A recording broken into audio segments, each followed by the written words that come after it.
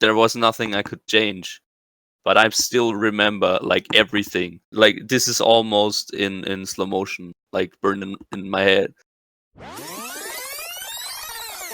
I'm an ambulance driver. I've seen things that weren't that great. Let's just say that. We had an accident with, I think, 5 or 6 years old that got between two cars. The kid wanted to cross the street. The first car didn't really, did see the child, but kind of didn't react properly, so they had to emergency brake. The kid then figured it could pass behind the car, and that's when the second car just crashed into the first one with the kid in between, basically. The worst part on that emergency was that the time we got there was nothing we could do, actually. The time we got there, the kid was already yeah. And the way the cars were like deformed and stuff, we couldn't even get them apart without firefighters help, and like there was basically nothing we could do for the kid. He might have been on his way back from school or something. I've never seen the parents, but that's just a wild guess. When I got there, I've seen the scene. There was nothing I could change, but I still remember like everything. Like this is almost in slow motion, like burned in my head. We had to like treat the drivers, right? And the one that hit the standing car, they were at the verge of a mental breakdown. Like that's something she will never forget. Like no way. I even think it will prevent her from like ever driving again, because I certainly wouldn't. I would never even think about getting inside a car again, actually. It's not just that you get into jail, and it's like you have to live with the knowledge that you killed somebody. That's actually the worst part. We have many emergencies with like younger people. Either they're lucky as hell, or you can't do anything. Like the kid, there's just nothing you can do. He never could work. He never could graduate from his school. How to prevent stuff like that? I think everybody should pay more attention. I mean, obviously, you can't say it's the fault of the drivers. As harsh as this may sound, it's also kind of fault of the kid, I guess. The most fault lies with the parents, I guess. Like everybody's at fault, and everybody should have paid more attention, honestly. This happened about 40 meters in front of a crossway where you're actually supposed to cross the street with like lights and everything, and the kid just passed basically in the middle of nowhere, came out between two cars, and everything just happened. It's also like the fault of like society, I guess, like everybody, legit everybody, because if a kid as young as this just sees everybody crossing wherever they want, why would they think they aren't allowed to do the same thing, right? This is not really related to the case itself or something, but as I'm like driving these cars, I wish people would understand that when you're driving these cars with lights on and everything, and the car in front of me actually realizes there's an emergency car coming through, I wish they wouldn't hit the brakes. Imagine being on the highway, going 100 kilometers per hour, and the car in front of you just randomly brakes. Obviously, when I'm driving with lights on in the left lane where I'm supposed to overtake people, they should just clear the lane, obviously.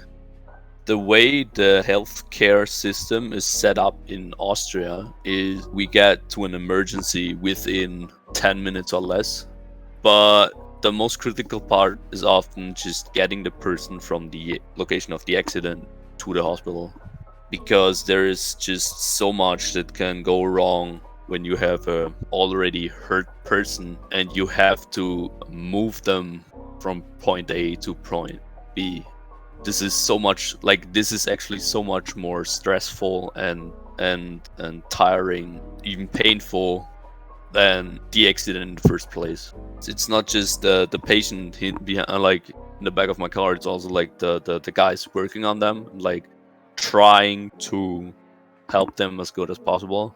Often they would do work while I'm driving, and if I start braking and accelerating and braking and accelerating all the time, I interfere with their work.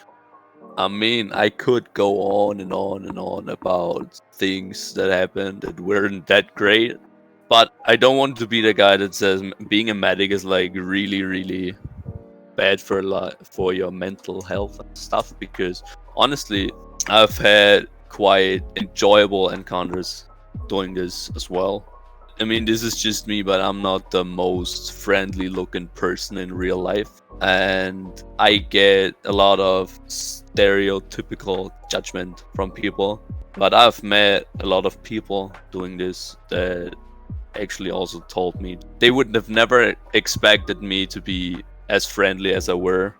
I've literally had an elderly woman say to me that she would have never guessed that I'm anything but an asshole. Because the way I look, right? Working as a medic, you have encounters with people you wouldn't talk to in your regular life. And this kind of it at least opened my world. Going into this when I was like drafted, I hated it. I hated every minute of it. And after like 1 month, I started enjoying it. And then like 1 year later, I volunteered to do it because it just brings me joy to like help. Initially, like I texted you because I was like fed up of the corona situation, because people didn't treat corona as it should have been treated, right? Like they made a joke of it and stuff. And I've seen, like, we had an emergency call where an elderly woman passed out over corona, apparently. When you see a person that weak and they already gave up, like most of them did, it's just devastating, I guess. Like, you wouldn't want to see that. The thing is, the daughter basically gave COVID to her mother, right? And she passed out over it. That was our emergency, and the daughter gave it to me, actually. Like, I had corona afterwards. For me personally, it wasn't really an issue. It was like a regular flu, I guess. I mean, I felt like really weak at some point, but I stayed at home and like in isolation, and that basically worked out. I mean, given I'm like a 23-year-old healthy, fit male, like I can take it, right? The way the virus took over was like intense, right? I mean, it's just around where I live, people already go out partying again. And I mean, the cases increased again because obviously if you are partying, you aren't keeping appropriate distance, right? I mean, it's just, I get really angry about this, honestly. People like me, we basically had to like stop whatever we were doing at this point, like studying or working again, stuff like that, and just focus on fighting COVID. Like, our country basically went into lockdown, and people with medical background and stuff had to do extra work, I guess, to keep the country running. And people who make jokes about COVID, like who don't treat it as it should be treated, just mess up that system, I guess. So all you have to do basically is like keep distance, wear a mask in like supermarkets, at the doctor, stuff like that. There's people that just don't care about distance. They completely ignore the fact that you should be wearing masks in like public transportation and stuff. That's just, I don't know. As cruel some accidents may be, I'm still really interested in what you can actually do, how you can actually secure a person's life. Seeing that smile and stuff, and hearing that thank you, it's just, it makes your day almost every time.